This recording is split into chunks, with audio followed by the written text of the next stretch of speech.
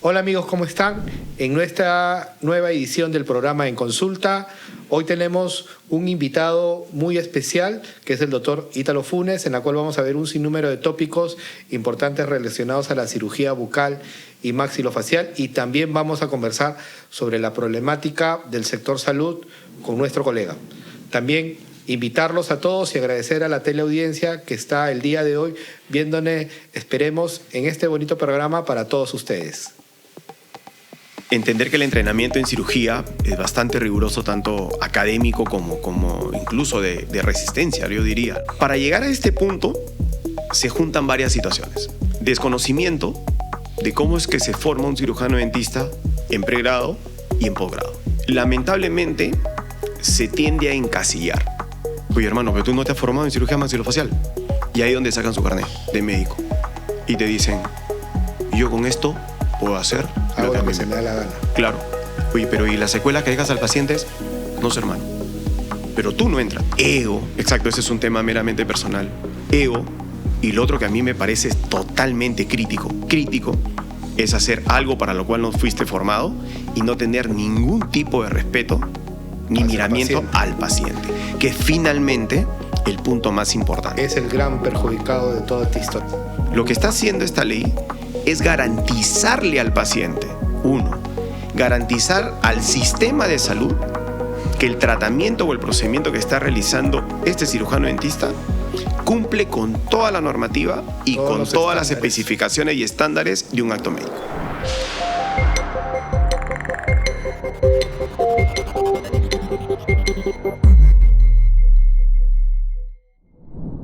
Ok, llegamos a la sección La Consulta del Día. Claro que sí. Vamos a responder una pregunta preparada por nuestra producción, doctor Rojas. Y la pregunta es la siguiente. A ver. ¿Sobre qué bases se generan y establecen los requisitos para la categorización de consultorios odontológicos? Eso es lo que quiere saber la audiencia. Bueno, gracias primero por la pregunta. En relación al punto, yo creo que la categorización de consultorios odontológicos, apuntando por sobre todo al sector privado, tener en cuenta de que el 80% de todos los cirujanos dentistas en nuestro país tienen una consulta privada.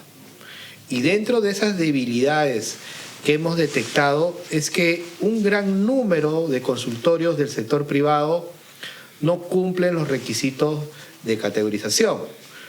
Y eso hace de que en ese aspecto nosotros tratemos de, dentro de una labor didáctica y docente, poder ayudar a los colegas en estos procesos para que puedan no solamente categorizar, sino finalmente tener un consultorio en el sector privado, como dice la norma y la ley.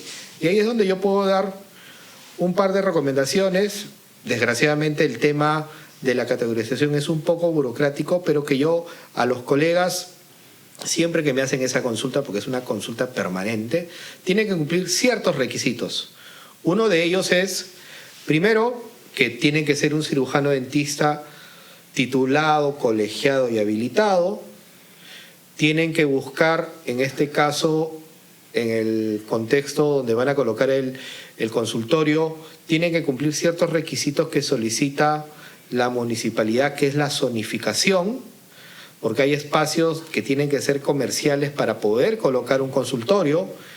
El otro es que tienen que cumplir mínimamente 14 metros cuadrados solamente para el área clínica, que es el consultorio, tener un baño para hombres y o mujeres en el espacio donde va a estar el consultorio, y tercero, tener una área de sala de espera que puede ser de 6 a 8 metros.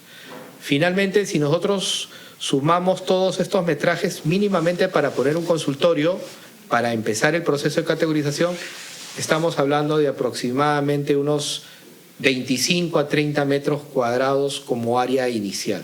Ya después, teniendo estos requisitos básicos, empieza ya el proceso de categorización, donde tenemos que ver temas de infraestructura, temas de equipamiento, señalización, temas de recursos humanos, tema de defensa civil, donde está el tema de señalización, y un sinnúmero de requisitos que yo creo son importantes que todo cirujano dentista debe conocer y que nosotros vamos a ir dando a conocer qué más requisitos pueden cumplir. Pero mi recomendación final es que cumplan estos 3-4 requisitos básicos para empezar esta historia de querer poner un consultorio odontológico en nuestro país. Eso es lo que yo podría hablar sobre este punto.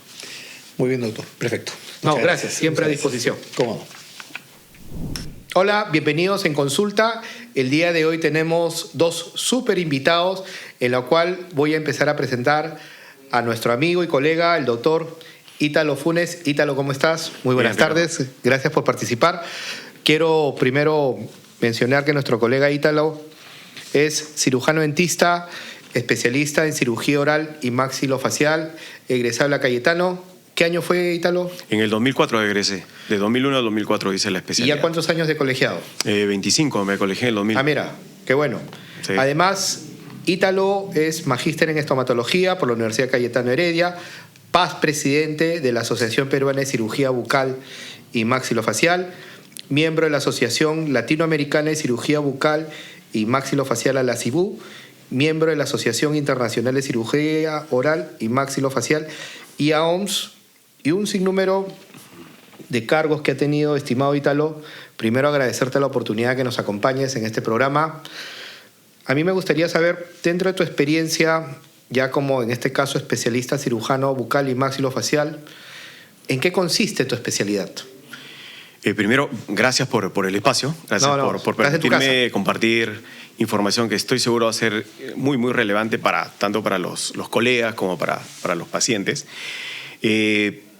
Si a mí me preguntasen si yo volviera a estudiar cirugía sabiendo todo lo que hay en medio, lo volvería a hacer. Así es. Lo volvería a hacer y me enamoré no solamente de la profesión como tal, y hay toda una historia ahí, sino también de mi especialidad, cirugía maxilofacial. Se presentaron varias situaciones, tanto académicas como personales, para decidir llevar esta especialidad tan ¿Cuál fue ese bonita. detalle que tú dijiste, esta es la especialidad? ¿Qué incidió? ¿Cuál fue esa...? Fue un aspecto que me marcó. ¿Algún paciente? Sí, claro. O sea, fue un antes y un después. Yo estaba en 4º año de la facultad, en la Universidad en Cayetano, la Facultad de Estomatología, y a mi hermano, a Eduardo, le diagnosticaron una lesión, un tumor en la mandíbula. Ah, mira. Lesión en la mandíbula. Y habían 2 caminos. Seguir por el seguro, en ese momento tenía, por el trabajo de mi papá, un seguro, estaba asegurado mi hermano. Y la otra era ir por la universidad, es decir, que lo operen los cirujanos maxilofaciales, que en ese momento eran mis profesores, ¿no? Mis docentes. Y se decidió por esta segunda, ¿no? Por muchas razones. Primero, y como es la vida que te va dando las respuestas adecuadas, por el seguro lo operaba una especialidad y por Cayetano lo operaba otra especialidad. ¿Sí? Por el seguro social era cabeza y cuello, me imagino. Sí, claro. Sí, cabeza y cuello. Con planes totalmente diferentes. Diferentes. ¿No? Sí, ya lo habían... 2 procedimientos totalmente diferentes. Acá, por un lado, cabeza y cuello sumamente radical, con corte por fuera, hemimandibulectomía, retirar la mitad de la mandíbula. Y por el otro lado, la visión del cirujano maxilofacial muy conservadora, retirar solamente la lesión, teniendo en cuenta que era una lesión benigna, mantener la mayor cantidad de hueso y todo operar por dentro de la boca, ¿no? Ah, mira. Entonces, y la cirugía fue un éxito. Yo estaba en 4º año y participé de algún momento, me acuerdo... ¿Dónde lo operaron? ¿En el hospital Cayetano? No, en la universidad, en la clínica, clínica dental de Cayetano Heredia, claro. Claro. Ahí lo operaron, ahí donde hicimos toda nuestra residencia. Me acuerdo que fue un jueves y yo ese jueves tenía examen.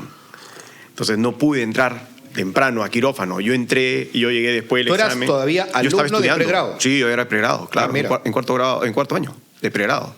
Sí, entonces terminé el examen, fui corriendo al quirófano, ya estaban terminando la cirugía y solamente vi en ese momento la última parte, ¿no? Vi todo el movimiento de los cirujanos, todo el quirófano y a largo tiempo el resultado de mi hermano y yo dije, yo quiero hacer eso, yo quiero hacer esto.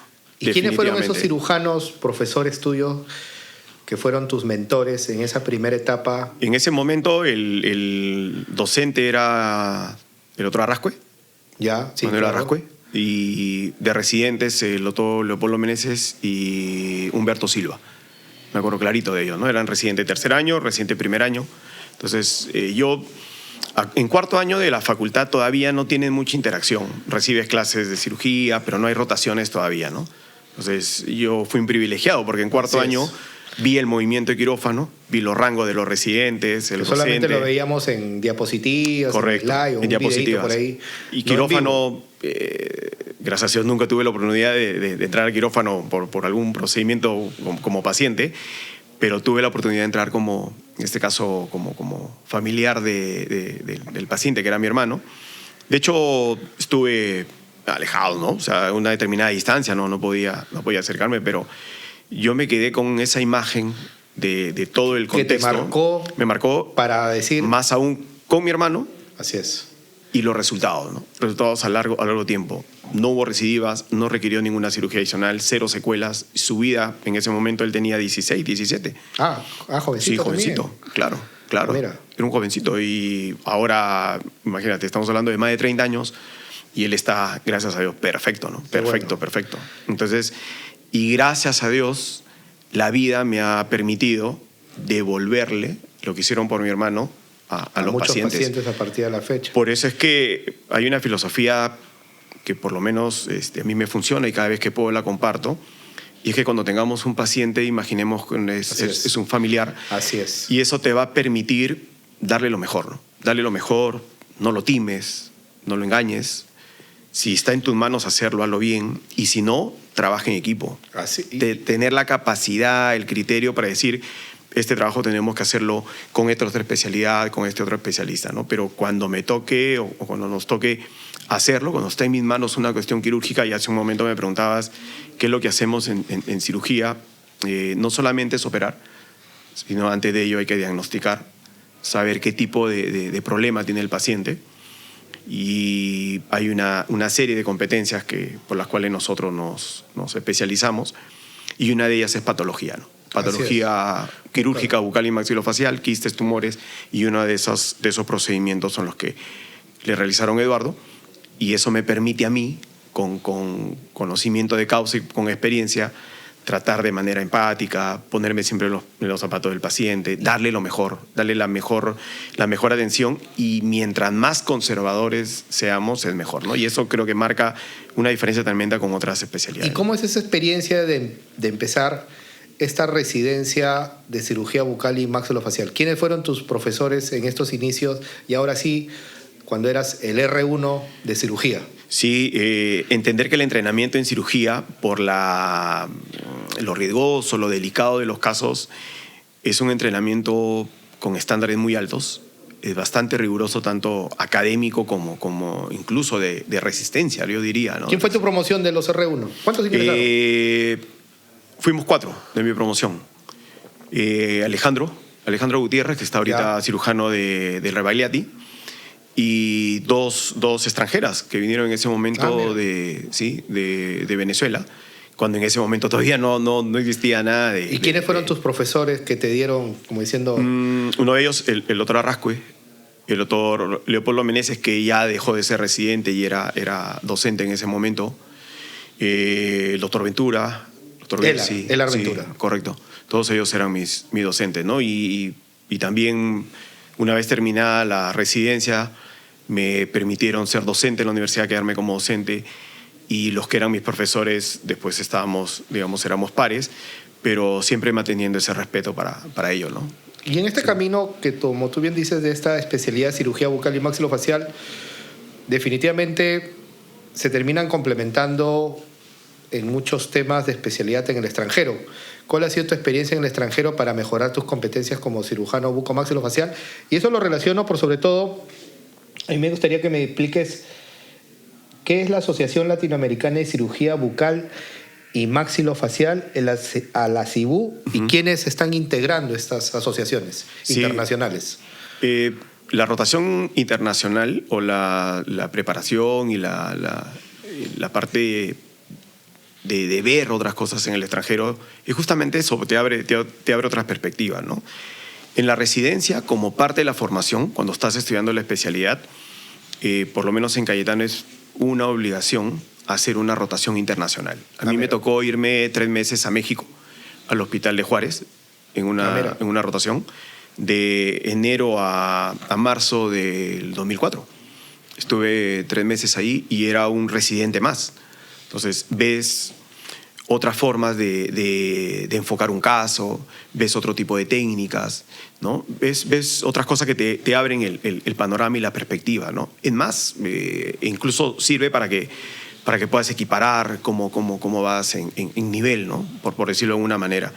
Y eso te daba mucha más seguridad, ¿no? El hecho de decir, mira, estamos allí, claro, estamos yendo, pero mira, hay otra forma de ver, otras técnicas, otra manera de enfocar una cirugía ortognática, en fin. Entonces te vas nutriendo también de esas experiencias. Eso es durante la formación de cirugía, que es obligatoria.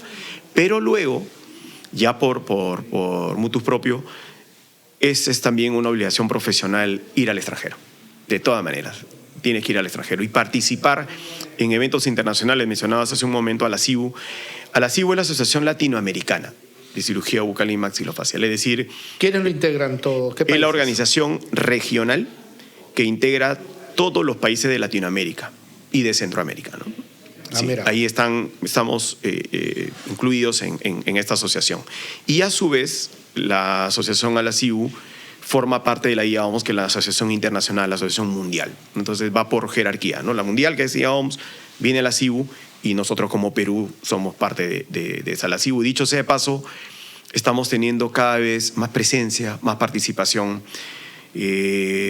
Hace unos años, por primera vez, un peruano, el doctor Meneses, claro que sí, fue presidente. Leopoldo Meneses, Polo tuvo la oportunidad de ser presidente de la Asociación Latinoamericana, y no solamente creó un precedente por ser el primer presidente peruano, sino que el nivel que demostró y la valla que dejó a nivel latinoamericano fue muy alta, ¿no? A partir de ahí es que cambiaron la forma de hacer un congreso, por ejemplo, cambiaron tremendamente. La forma de organización, muchas cosas se sentaron las bases para que a partir de allí la Asociación Latinoamericana vaya en crecimiento, ¿no?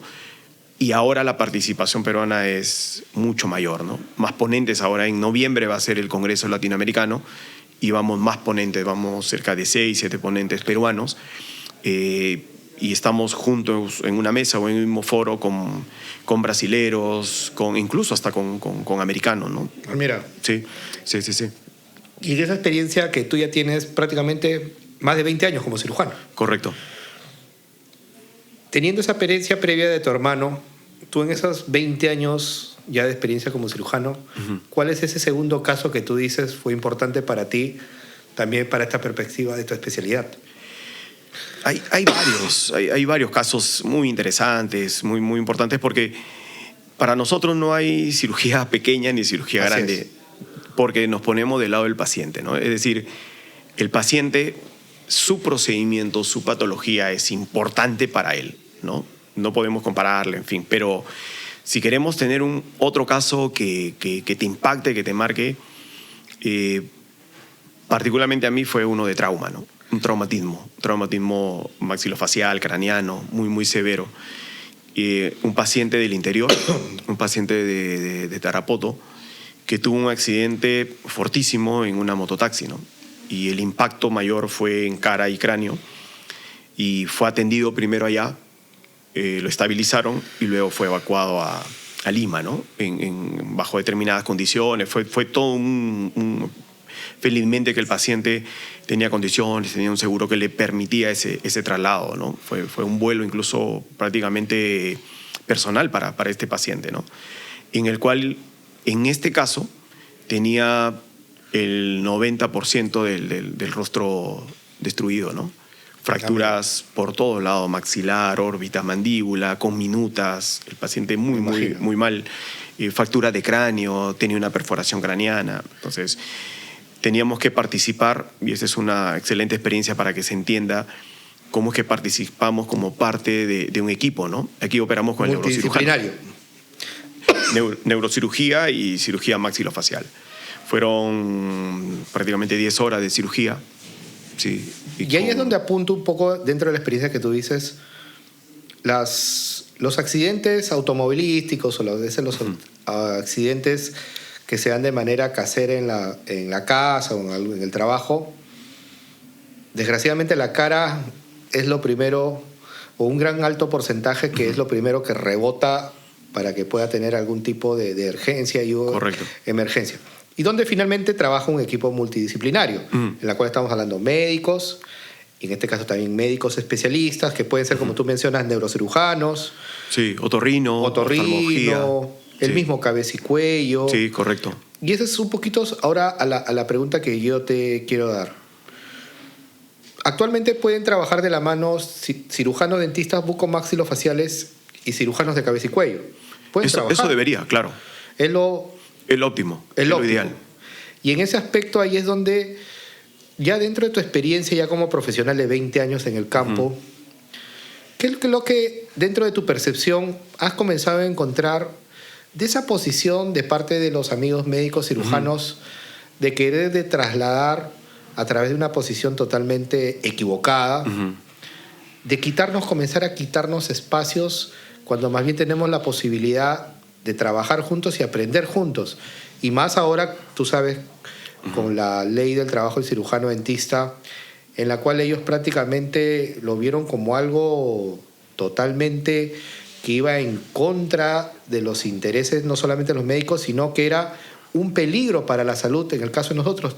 En ese momento lo que pasó es que se evidenció o se hizo mucho más palpable, más visible, un problema que ya habíamos identificado hace un buen tiempo, ¿no? Acá hay que tener en cuenta varias situaciones. Este es un caso bastante complejo, es una situación compleja. Así es. Y tiene varias aristas, pero que es fundamental explicarlas todas las veces que se pueda, explicarlas Bueno, con buen estos son los espacios, creo que necesarios. Correcto. Para llegar a este punto se juntan varias situaciones, ¿no? Voy a ir enumerando, no Sí, necesariamente claro. en prioridad, No, pero voy perfecto. enumerando algunas cosas.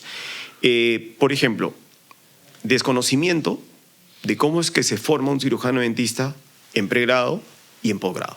Correcto. Eso es un punto, ¿no? Lamentablemente se tiende a encasillar, ¿no? Tú dices, ¿qué profesión tiene? Yo soy dentista. Entonces ya está en la mente, ¿no? Del común que cura dientes El odontólogo. y saca muela. El sacamuela. Punto. Correcto. ¿No? Que un paciente, por historia, en fin, pueda tenerlo, hay que educar. Pero que un médico tenga esa idea tan básica, eso denota demasiado desconocimiento, ¿no? Y por supuesto, preocupante. Eso es un punto, ¿no? Entonces, si no conocen cómo se forma el especialista o que está el cirujano dentista y hay especialidades y que hay todo un entrenamiento formal para hacerlo, para adquirir determinadas competencias, no tiene pues ningún tipo de sustento. Lo otro es llevarlo al sentido común, a la lógica. ¿Qué significa ello?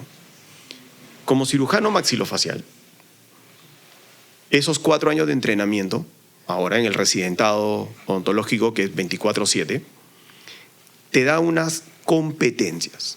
Es decir, tú como cirujano bucal y maxilofacial estás capacitado y cuentas con la competencia para hacer esto. ¿Ok? Y ahorita podemos hablar en detalle. Lo mismo sucede con la especialidad médica de cabeza y cuello. Que estudian Tú con 3 años, y dentistas 4. 4, Ya, correcto. para hacer maxilofacial. Así es. Acá es 3 años. cabeza y cuello, nada más. Cabeza y cuello. Punto. Que ahí Quería- justo vamos a hablar después del término. Ahorita hablaremos de eso, por qué le pongo Hay que- énfasis a eso, pero es cabeza y cuello. Tú como cabeza y cuello tienes como competencias estas. Hay una que hay un límite, o que son limítrofes, una de las competencias maxilofacial y otra competencia. Pero el 95% de competencias son diferentes. El cirujano bucal y maxilofacial tiene estas competencias y el cabeza y cuello tiene estas otras competencias. ¿Ok? Tienes el título de especialista, tienes Así tu es. registro de especialista, tanto en el colegio ontológico, que es el colegio profesional de la orden, pero también lo inscribes en el Ministerio de Salud. ¿Ok? A través de la SUNED. Sí, Antes era directo en MINSA, ahora es en SUNEDO. Registras tu título de especialista en SUNEDO y en el libro también de Registro Nacional. ¿Ok? Entonces, yo me hago la pregunta. ¿Por qué esta otra profesión le dice al maxilofacial, no, tú no puedes hacer ni esto, ni esto, ni esto, ni esto? Cuando hablamos de la otra profesión es el médico cirujano especialista en cabeza y cuello. Que se reúne con otras especialidades médicas. Entonces, hay lo que nosotros denominamos un bloqueo. Bloquean el trabajo del maxilofacial. No permiten que en el ámbito laboral, en determinados estamentos, me refiero específicamente a público. A los hospitales públicos. Hospitales públicos, MINSA de Salud, en las Fuerzas Armadas. Ahí tienen otro tipo de jerarquías, ahí ya se manejan otras cosas, pero va por ahí, pero específicamente en MINSA y hospitales es un tema porque este grupo de médicos le dice al de especialidades quirúrgicas o a los que toman decisiones, ojo, este maxilofacial no puede hacer ni esto, ni esto, ni esto, ni esto. La pregunta es ¿por qué? ¿Sabes cuál es la respuesta que siempre nos dan? No es porque no están bien formados, al contrario. De todos los médicos, es el cabeza y cuello es el que sabe perfectamente lo que hacemos y que lo hacemos bien. ¿Ok? Y que ellos también tienen muchos docentes cirujanos dentistas para apoyarlos a ellos. Cuando ellos buscan capacitaciones en determinados temas, llaman a dentistas especialistas en cirugía bucal de otros países, ¿no? Acuden a nuestros congresos de la CIU. Hay peruanos también, colegas, que ellos en la interna me dicen de que ellos, dentro del perfil de competencias del cabeza y cuello médico, ellos los apoyan en temas de, por ejemplo, radiológicos, de un sinnúmero de interpretación de radiografías, que ellos nunca han tenido porque, como nuestra área es muy específica, ellos el tema de la radiología que ven, lo ven de manera diferente. Correcto, totalmente. Entonces, o cuando ven el tema de ATM, que lo maneja un dentista, porque ahí hay oclusión, hay un sinnúmero de situaciones que ellos tendrían, cuando yo converso un poco con ellos, tendrías que estudiar odontología realmente. Eso no lo vas a aprender en un curso de 2 meses. Ese es otro punto, dentro de lo que estoy mencionando, que hace nuestra diferencia. Y voy a ser muy, muy sincero con esto, ¿no? La formación odontológica que nosotros recibimos, la formación en estomatología, es nuestra principal fortaleza. Así es. Y valor diferencial con otra especialidad. Tú, para hacer una cirugía ortognática necesitas concepto de oclusión, de cefalometría, de planificación cefalométrica, de conversar con el ortodoncista, conocer términos totalmente odontológicos. El mismo idioma. Contacto prematuro, relación canina, problemas transversales. Eso es meramente odontología.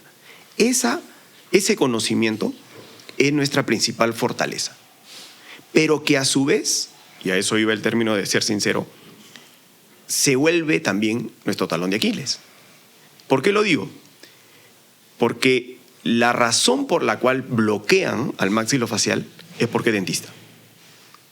Entonces, empiezan a crear esa animadversión o ese concepto de ignorancia, de errado, y lo empiezan a colocar en el chip de los demás. Voy a ponerte un ejemplo y no tengo problema en decir el nombre. En un hospital nacional de Lima, muy conocido, ¿qué es lo que hace el cirujano de cabeza y cuello? Va al siguiente nivel, que es el director de especialidades quirúrgicas, y le dice, oye, que es médico, por supuesto, ¿cómo un dentista va a entrar a operar eso? Imagínate. ¿Cómo va a entrar a una ortognática, una fractura mandibular, fractura de tercio medio? ¿Cómo va a entrar a hacer infecciones? Siendo nuestra competencia, para eso nos formamos. No, y por sobre todo, ellos saben que sí lo hacemos. Sí, por supuesto, lo hacemos bien. Con mentiras. Correcto. Entonces, el de especialidades médicas le dice, sí, pues no, ¿qué hace un dentista haciendo eso? Van a hablar con el jefe de anestesiología y el anestesiología dice, hermano, hay que cerrar filas porque los dentistas no pueden entrar acá. ¿Quién lo va a hacer? Y dice el cabeza y cuello, yo lo voy a hacer. Imagínate. Oye, hermano, pero tú no te has formado en cirugía maxilofacial. Y ahí es donde sacan su carnet de médico. Y te dicen, yo con esto puedo hacer lo que se me da la gana. Claro. Oye, pero ¿y la secuela que dejas al paciente? No sé, hermano. Pero tú no entras. Y ahí viene el otro problema personal. Hay una situación, mira todo lo que se junta. Desconocimiento, confabulan. Ego.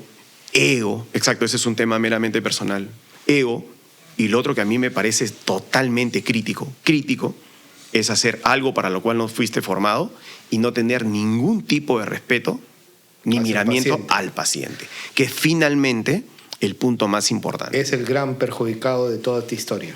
¿Cuál es la lógica? Si tú tienes un paciente con una determinada patología y esa patología, ese problema, está dentro de tus competencias, ¿por qué no lo voy a hacer? ¿O por qué no recurro al competente? Como De eso se trata. Así Entonces, y esto da pie al beneficio que tiene la ley. ¿Por qué el acto médico en estomatología es tan importante? Lo que está haciendo esta ley es garantizarle al paciente, uno, garantizar al sistema de salud que el tratamiento o el procedimiento que está realizando este cirujano dentista cumple con toda la normativa y Todos con los todas las estándares. especificaciones y estándares de un acto médico. O sea, el acto médico no es exclusivo de una profesión. Es una medida clínica, legal, que dice que el acto médico, para que este procedimiento o esta acción de este profesional de salud se denomine acto médico, requiere estos requisitos. Así es. Y nosotros cumplimos esos requisitos de sobra. Entonces, ¿quién es el beneficiado en todo esto? El paciente. Y donde yo siempre digo, y si no hay paciente, Un acto no hay médico. acto médico. Por Correcto. lo tanto, esa concepción equivocada Ujú. en algún momento que nosotros hemos puesto de manifiesto de que uno no se puede arrogar un término cuando es un término muy general que cumple un sinnúmero de requisitos, y cuando yo estaba haciendo un poco de información a través de Latinoamérica y del mundo, en muchos países obviamente mantienen la terminología de acto médico, pero que también tiene tranquilamente 10 sinónimos. Acto quirúrgico, acto sanitario, acto de salud, y todos tienen la misma concepción de que cumpliendo estos requisitos sobre el paciente, si no hay paciente no existe este término, y si tú los cumples, obviamente va en beneficio del paciente.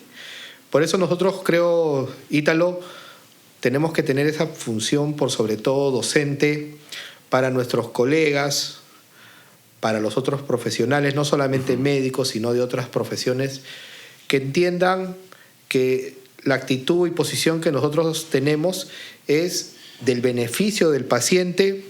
También está clarísimo de que esta ley que se aprobó era para poner las cosas como deberían de estar, En orden. apuntando hacia el paciente, y que esta ley no nos hace médicos cirujanos. No. Esta ley no nos hace cirujanos plásticos, y esta ley no mata gente.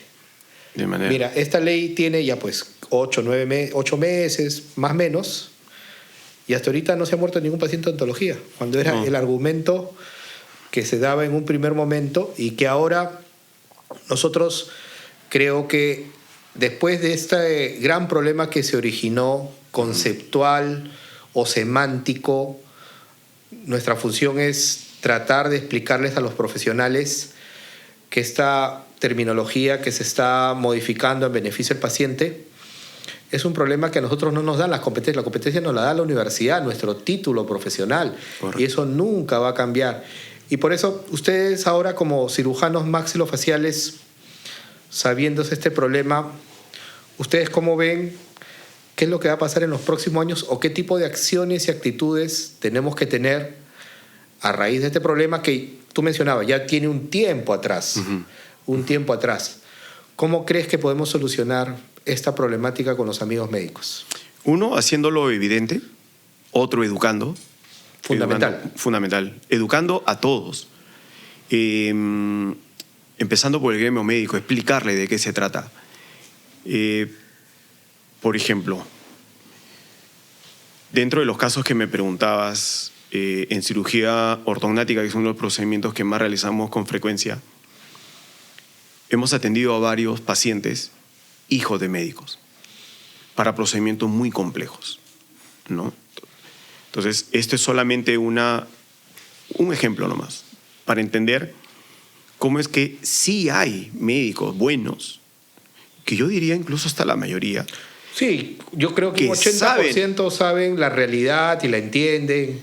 Y que confían es más, confían la vida de su hijo, de su hija, que es lo más preciado que tienen, a un dentista. Pero ahí viene otro término, ¿no? Ellos utilizan el término dentista, me refiero, ese 20% que no está de acuerdo, de manera peyorativa. Tú, si le prestas atención... De la forma como lo de dicen. la forma en que lo dicen... Despectiva, yo diría. Tal cual. Muy despectiva. Muy peyorativo, ¿no? El dentista, como si fuese un profesional El de cuarta, odontólogo. ¿no? El odontólogo. El sacamuelas. Correcto. Entonces, al común de las personas, y esto se lo dicen a los pacientes directamente, ¿cómo tú te vas a dejar operar por un dentista? Sí, Yo soy eso es médico. lo más penoso que yo he visto. Sí. Y hasta justo lo conversaba también con un colega que también nos ha visitado en el programa. En algún momento de la historia se trató de distorsionar tanto el tema de que hasta se ha creado una asociación en defensa del acto médico. Imagínate, con ex autoridades médicas que han tenido en algún momento cargos en el colegio médico, y para mí ya es, pero dije no. Qué distorsión del sistema, qué distorsión conceptual ellos tienen sobre la importancia de las profesiones de salud, de las acciones que hacen. Ellos mismos han sido pacientes de nosotros, les hemos resuelto un sinnúmero de casos, y que ahora ellos quieran verlo de repente por el tema político, por el lado médico, de tratar de generar estas discordias que yo creo que son innecesarias. No Debemos trabajar juntos, pero que nuestra función, Ítalo, es generar esta labor docente, didáctica, comunicativa, de explicarles no solamente a los colegas, sino a los profesionales y finalmente a los pacientes, de la importancia de estas especialidades, una de ellas la cirugía bucal y maxilofacial, de lo que es la odontología. Por eso, ¿qué es lo que tú crees en este aspecto que estábamos conversando del futuro de la odontología dentro de la especialización? Y este tema que también ha ido apareciendo, que es un problema transversal con los médicos, de las especialidades que se dan en el extranjero y que SUNEDU, desgraciadamente, no cumple los filtros necesarios para ser reconocidas estas especialidades que van apareciendo en nuestro país. ¿Cuál es tu...? Sí, ese es un problema bastante severo, ¿no? Hace un momento mencionaba de la rigurosidad de la especialidad. SUNEDU ha sido muy enfática en poner mucha atención, mucho ojo en la calidad de la educación. Tanto así que han cerrado universidades nacionales. Así es. Que no cumplían con los estándares Mínimos. Y después le prestaron mucha atención a la parte de posgrado. En la Universidad Cayetano, donde nosotros nos formamos, que fue una de las primeras, la primera en la acreditación internacional, empezó a evaluar los estándares de cada especialidad y lo adecuó a estándares internacionales. Por eso es que en el año 2008 se hizo el cambio de 3 años a 4 años en cirugía maxilofacial.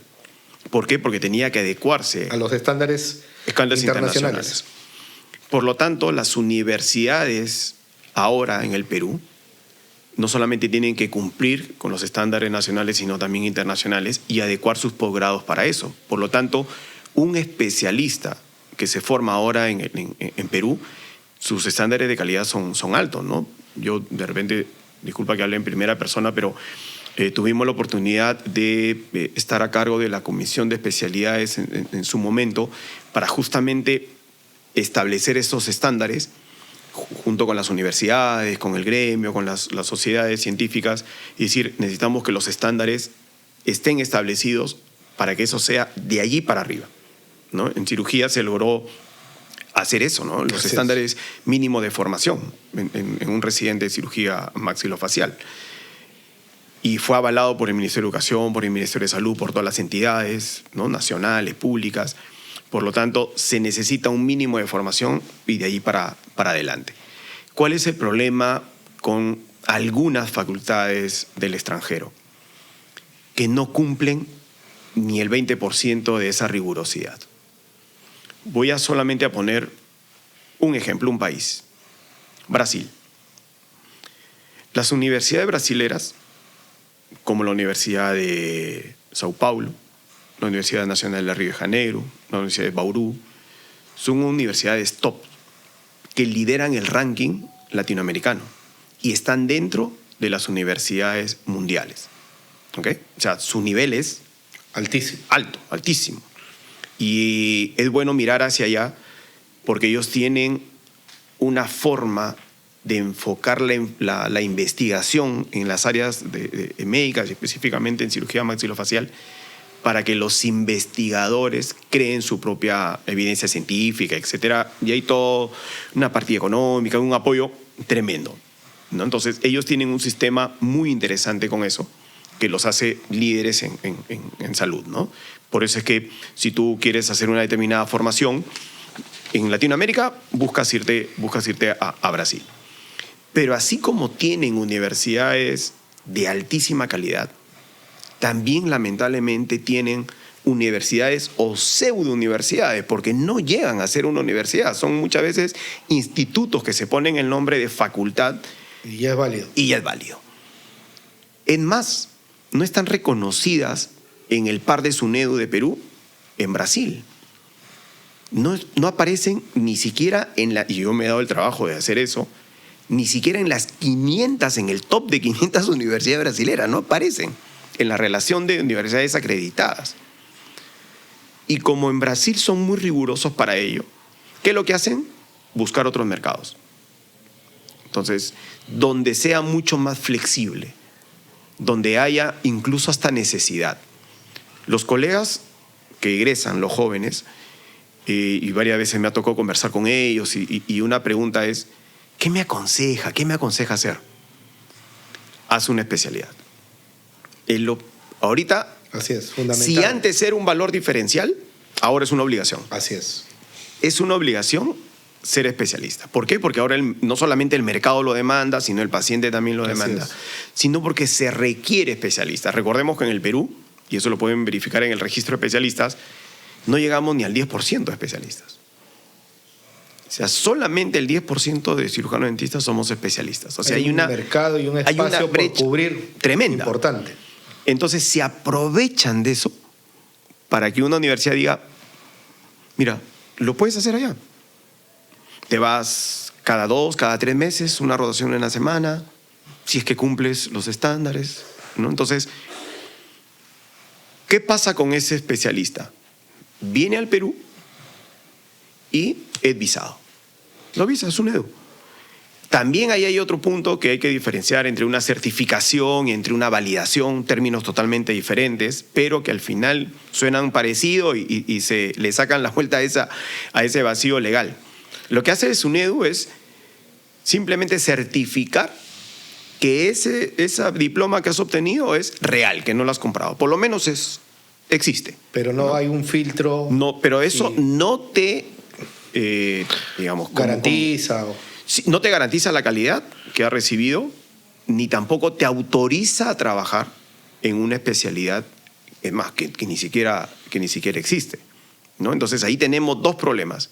Uno de formación y el otro legal con respecto a la parte laboral. Y ese es un problema que tú mencionas que no solamente se da en odontología, sino también en medicina. Correcto, también. Y por ejemplo, ¿no? Cuando yo un poco hablaba con los amigos de otros gremios, con los mismos médicos cirujanos, con los del colegio médico, yo les manifestaba, miren, en nuestro país aproximadamente más o menos 45 profesiones en general. O sea, abogados, profesores, ingenieros, lingüistas, XY. Pero hay 2 profesiones, que es la de medicina humana y la de odontología, en la cual nosotros tenemos como particularidad que si no somos bien formados podemos matar a una persona. Y no puede ser posible de que acá en el Perú, a través del residentado médico, del residentado odontológico, tratemos de mantener un cierto estándar de formación de nuestros especialistas y que en ese aspecto SUNEDU no considera eso. Y dentro de lo que yo siempre conversaba, dentro de las propuestas que queremos manejar para trabajar de través, porque lo he hecho a los médicos, tenemos problemas transversales que podemos trabajar juntos. Es tratar de poner, en este caso, cambiar los requisitos o poner algunos candados, para que también los colegas no se sientan estafados finalmente de estudiar y que SUNEDU tenga ciertos requisitos para poder validar estas especialidades en medicina y odontología que son fundamentales porque vemos vidas, vemos pacientes y si no venimos muy bien preparados, tranquilamente tenemos esa capacidad de matar. Correcto. Y eso a veces no lo ven como corresponde. Es un trabajo, creo que se tiene que trabajar con el SUNEDU. Ellos prácticamente son una mesa de partes para el tema del extranjero. Lamentablemente. Y que yo creo que una tarea es cambiar ese sistema. Y va también un poco de la mano en ese aspecto de ponernos de acuerdo esa mesa, ¿no? En la cual tienen que estar, como tú bien mencionabas, un cirujano bucomaxilofacial que tiene sus competencias clarísimas, un médico cirujano cabeza y cuello que también tiene sus competencias clarísimas, pero que ahora dentro de ese desarrollo ellos han tratado de aumentarse el término ahora maxilofacial. Eso te iba a comentar. ¿Tú cómo crees que resolvamos ese asunto con ellos, sabiéndose de que ellos no van a llegar a cumplir este perfil de hacer estas actividades maxilofaciales o de repente hasta ciertas competencias? ¿Cómo crees que viene el futuro en estos temas con ellos mismos? Lo primero es que tenemos que seguir defendiendo nuestra profesión primero y después nuestra especialidad. Eso yo lo tengo clarísimo y cada vez que puedo lo menciono y lo resalto. Pero no hay otro camino que educación. Educar primero en casa a nuestros propios colegas, que entiendan cuáles son las especialidades, que entiendan qué es lo que hace el cirujano maxilofacial y cómo debemos interactuar, y después también de manera externa. Así es. Nosotros tenemos nuestras competencias para lo cual nosotros fuimos formados. Y eso lo hacemos bien. ¿Cómo es posible que otra profesión de otra especialidad pisotee y no deje hacerlo? Entonces, como no hay otro argumento, porque ya eso de ser dentista ya es bastante triado, ¿no se les ocurrió mejor idea que era apropiarse del nombre? Así de claro yo lo pongo. Y eso está plasmado en documentos. Eso no es un invento, eso está escrito. ¿Dónde? En una sesión del CONAREME, del residentado médico. En esa acta, porque, ojo, tengamos en cuenta que ya SUNEDU en el 2019 les dijo a ellos, por favor, ustedes son cirugía de cabeza y cuello. Punto. Se acabó. Se acabó. Pero ellos reaccionaron.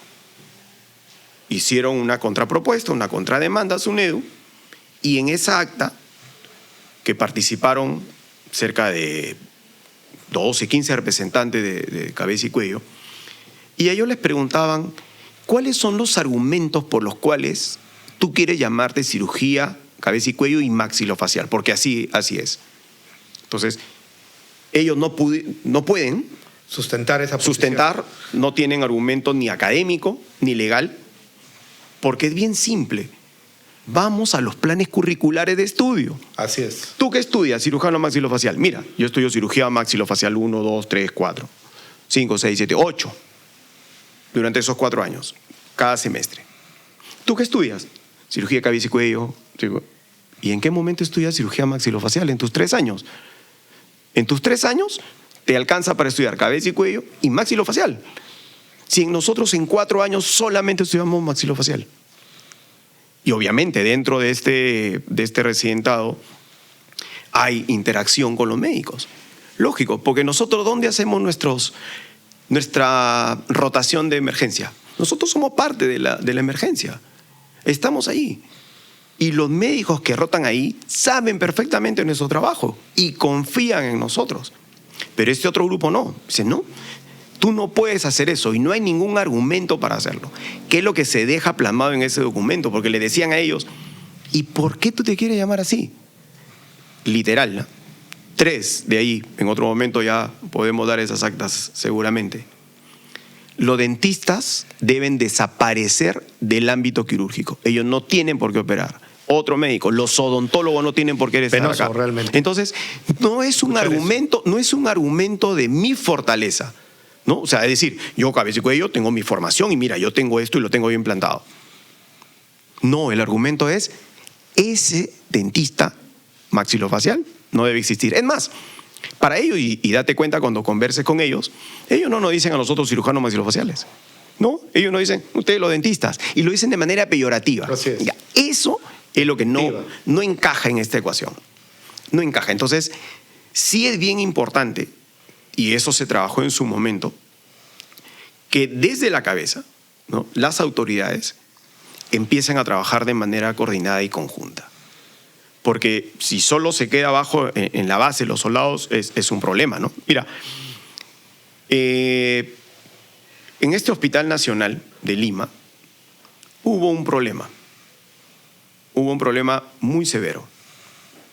Cabeza y cuello operó un paciente y dejó una secuela tremenda. Tremenda. Hicieron a su criterio una cirugía ortognática, sin tener criterios de oclusión, sin conocer de cefalometría, creen que es cortar hueso y hacerlo. Y juntar y ya está. Eso no es de ninguna manera. Pero hicieron ese procedimiento. El paciente tuvo una secuela tremenda. Una oclusión totalmente inestable, mordida abierta, solo contactaban 2 molares. ¿Y qué es lo que le dicen a los pacientes? Qué pena. Anda al dentista y ya te van a poner tu bracket. Que se van a enderezar solo los dientes. Correcto. O te sacan la molada y ellos lo arreglan. Pero fue un caso tan marcado, tan severo, que el paciente, y ojo, los pacientes no solamente se dan cuenta, sino se requiere un respeto por el paciente. No porque tiene un paciente de bajos recursos vas a hacer lo que tú Así quieres. es, lo que de ninguna te da la gana. No. O sea, el dinero no tiene nada que ver acá. El nivel socioeconómico no tiene nada que ver. Ese paciente merece el mismo respeto, sea en la clínica más top o en el centro de salud más. Y eso es un más poco de la ahí. esencia de nuestra ley, ¿no? Correcto. La presencia de los profesionales cirujanos, dentistas, bucomaxilofaciales en las urgencias y emergencias de los hospitales públicos. ¿Y quiénes van a los hospitales públicos? La gente más necesitada. Que cualquiera, creo, nosotros en algún momento de la historia vamos a ser pacientes o somos pacientes, y ese derecho que nosotros tenemos es que nos atienda quien corresponde. El más competente, sí. Y para terminar esa historia importante, ese paciente es atendido por cirugía maxilofacial y se resolvió el problema y se mejoró la secuela. Hubo una demanda de por medio del paciente porque el paciente se dio cuenta perfectamente de lo que había sucedido, porque el paciente dijo, ¿por qué no me enviaron acá desde el inicio? Porque he tenido que pasar todo más de 2 años de toda esta tortura para que puedan resolver este problema. A raíz de este inconveniente es que se formó una comisión en el Ministerio de Salud a través de la oficina de, viene a ser como Recursos Humanos, creo que se llama, de Oficina de Personal de Salud. Dirección Nacional de Personal. Personal de Salud. De Personal de Salud. Y esta comisión estuvo integrada por un médico, un cirujano dentista, un licenciado en enfermería y una licenciada en obstetricia. ¿Cuál fue el trabajo? Vamos a establecer las competencias laborales. Y para ello, simple, vayamos al cirujano maxilofacial, ¿no? A ver, tú cirujano maxilofacial con tu entidad que te representa, que es la Asociación de Cirugía, y tu colegio profesional, el colegio odontológico. Y por el otro lado, cirugía de cabeza y cuello, con tu sociedad y con tu colegio profesional, colegio médico. Vamos a ver. Por favor, paso 1, en este trabajo, presenten sus competencias por escrito. Hay que hacer un documento y que sustente las competencias por las cuales ustedes deben realizar determinado trabajo. Nosotros cumplimos con entregar ese documento, el sustento de formación del cirujano maxilofacial, que dicho sea de paso fue el que alimentó la base para hacer los estándares. Pasamos esa primera fase. La segunda, necesitamos que por favor expongan casos clínicos. Fuimos 5 cirujanos maxilofaciales a mostrar casos de cirugía ortognática, casos de trauma, ¿no? Secuelas muy severas, patología quirúrgica, reconstrucción, infecciones severas, tratamiento de síndromes, tratamiento de manejo de pacientes con paladar y labio fisurado, dentro de nuestra casuística, toda la casuística del maxilofacial, del cirujano. Y obviamente presentamos también manejo de pacientes secuelados. ¿Manejados por quién? Por la especialidad. Entonces, pusimos esos casos y el que dirigía esa comisión, el que era médico, dijo, esto está clarísimo. Porque nosotros dijimos, con este sustento, con este aval académico, ojo, basado en los planes curriculares nacionales de la Universidad Cayetano Heredia, de la Universidad Nacional Mayor de San Marcos, que dicho sea de paso, son las dos más representativas y las que están en el top nacional, que brindan, son las únicas que brindan la especialidad de cirugía, ellos no van a presentar cualquier cosa, sus estándares están perfectamente establecidos, ¿no? Eso es por un lado. Y por el otro, miren la casuística, esto es lo que hacemos. Esto es lo que ese papel te dice que lo hacemos en la práctica. Esto es lo que hacemos todos los días. ¿Y de parte de los médicos? Y ahí va el otro, el comentario. Entonces el médico dijo, esto está clarísimo. ¿Por qué no nos dejan hacer esto? ¿Por qué? ¿Por qué viene otra profesión a hacerlo? Pasamos esa segunda fase y la tercera, ¿cuál era? Que nos juntemos los dos a discutir justamente esto. Presentar nuestros casos, discutir la parte para sacar ya las conclusiones. Esa tercera fase nunca llegó. ¿Por qué? Patearon el tablero. Porque patearon el tablero. Nunca presentaron competencias, nunca presentaron guías clínicas, nunca presentaron absolutamente nada. ¿Por qué? No les convenía absolutamente. ¿Sabes cuál fue su argumento? Yo no tengo que demostrarle a nadie mis competencias, porque yo soy médico, porque yo soy cabeza y cuello, y no tengo que demostrarle a nadie. Desgraciadamente es la realidad de nuestro país. Entonces, esa comisión se quedó en cero. Pero sí hay que mencionar también, y eso es algo que debemos ir mejorando poco a poco, que el Ministerio de Salud, ¿quién manda? Los médicos. ¿Quién es el ministro? Médico. ¿Quiénes son los directores? Médico. Correcto. Ese ministerio no debería llamar Ministerio de Salud, debería llamarse Ministerio de Médicos. ¿Por qué? Porque cuando hay un problema con la ley, hay un problema, en este caso un aspecto laboral, ¿a quién recurren? ¿A quién le piden opinión? Al Ministerio de Salud de los médicos. Exacto. ¿Cómo crees que salen esas opiniones? A favor de los médicos. Lógico, pues. Está todo amarrado. ¿Te das cuenta? Parte desde el mismo hospital. Este médico de cabeza y cuello indispone al de especialidades quirúrgicas, indispone al de anestesiología, van y le dicen al director, el director bloquea todo, y va más arriba, igual, es una escala, o una escalada, una cadena, médicos, y con el mismo argumento. Son dentistas. ¿Cómo un dentista va a pasar, va a operar encima? ¿Cómo va a pasar encima de nosotros? ¿Sabes qué? Y lo dicen de manera coloquial. ¿Sabes qué, Cholo? Bloquéalo. Se bloquea y ese dentista no pasa. Por eso la aprobación de nuestra ley, para ellos lo veía como si hubieran perdido algo, ¿no? Ellos se sintieron totalmente desesperados a la aprobación de esta ley, que finalmente ya lo hemos conversado, que apunta en beneficio del paciente. Está clarísimo lo que tú mencionas de que dentro de esa escalera de responsabilidades y funciones están todos los médicos, y creo que ahora, ya conociendo un poco más el sistema, ahora a nuestras autoridades es obviamente un trabajo titánico en la cual tenemos que trabajar ese tema desde el lado docente, pero que por sobre todo creo que finalmente va a entrar el lado político, el lado judicial y simplemente en algún momento de la historia también el lado diplomático, para que ellos finalmente aprendan a respetar a los profesionales, en este caso cirujanos dentistas, y creo que ahora estamos encaminados de querer poner las cosas como corresponde, según la instancia que corresponde, porque nuestro deber final es ese derecho al paciente a que tenga una atención de calidad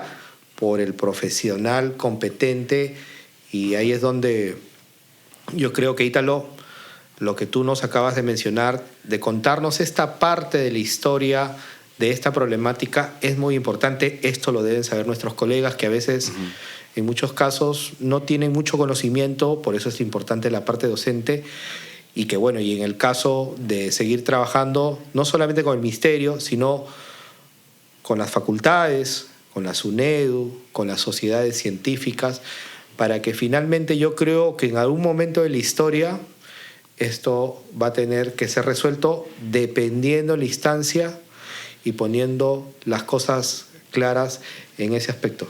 Estimado Ítalo, ¿qué recomendación final tú le darías a nuestros colegas a raíz de todo lo que nos comentas, a raíz de que un cirujano dentista, uno tiene que sentirse orgulloso de lo que es, y esa mejora permanente de las competencias de los profesionales cirujanos dentistas de acá a futuro?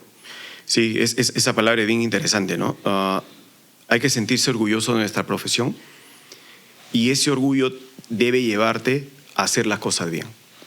Así donde es. te toque estar. Hacer las cosas bien. Es la mejor manera de defender. La única manera de discutir de manera alturada y respetuosa y defender nuestra profesión y estar frente a cualquier otro profesional es estar bien capacitado, ¿no? Saber tu trabajo como tal y defenderlo. Porque defender nuestra profesión es como defender no solamente tu familia, tu casa, ¿no? Así es. Como tal, es defender lo que finalmente no solamente te da de comer y te ayuda a sostener la parte familiar Hacer y ayudar, tu tema de vida. sino exactamente es tu modo de vida. Si yo me formé para eso, con toda la rigurosidad que eso conlleva, hay un esfuerzo y sacrificio de todo punto de vista. Los residentes, y también quiero hacer resaltar esto, el trabajo de un residente, en cualquier especialidad, pero específicamente la que y más conozco, la de cirugía maxilofacial, el trabajo y la vida de un residente es no solamente importantísimo, sino que le cambia la vida. Así es. Esos muchachos están 24/7 a disposición del hospital, con guardias, en muchos casos ni siquiera está remunerada, tienes que pagar, tú tienes que pagar por estudiar. Están viendo me parece urgencias, lógico. emergencias. Está muchas veces con horarios totalmente desfasados para alimentación, tienes que pasarte un día muchas veces de trasnoche y al otro día tienes que preparar un trabajo académico, en fin, es bien sacrificado y yo creo que te llevan al límite físico y mental. Y como me decía algún profesor en su momento, el doctor Rojas me decía, acuérdate de esto, lo que estás pasando, para que cuando ya estés como especialista defiendas la especialidad y defiendas la profesión. Acuérdate de esto para que entiendas de qué se trata, cuál es el valor de nuestro trabajo, ¿no? Entonces, que venga otra profesión y te diga, no, tú no puedes hacer esto. O que venga alguien del extranjero con un título express y que diga, vale lo mismo que el tuyo, ¿no?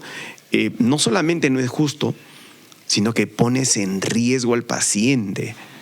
Eso es lo que no se debe, a veces no entiende la gente. que no se termina de entender. Si tú no te has formado para esto, no está en tus planes curriculares por ningún lado, ¿por qué lo haces? Así es. ¿Por ego? Porque, bueno, soy médico y yo hago lo que se pueda y soy todopoderoso.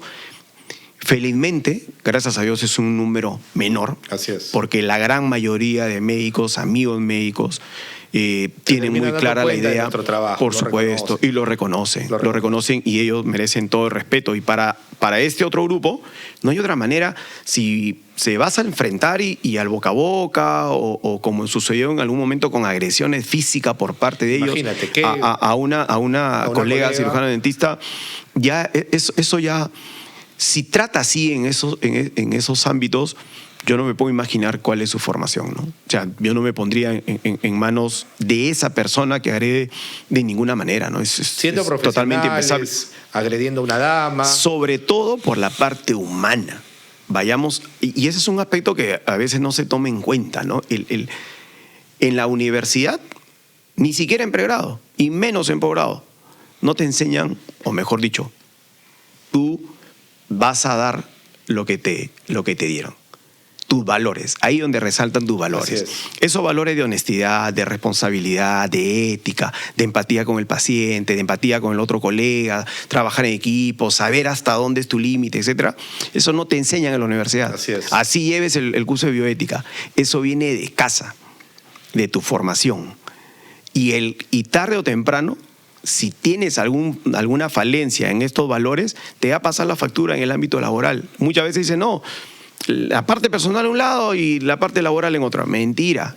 No, Así es. es lo mismo. Entonces, pero hay mucho por trabajar, mucho por defender, sentirnos una vez más orgullosos de nuestra profesión, de ser cirujano dentista y, bueno, en mi caso, cirujano maxilofacial.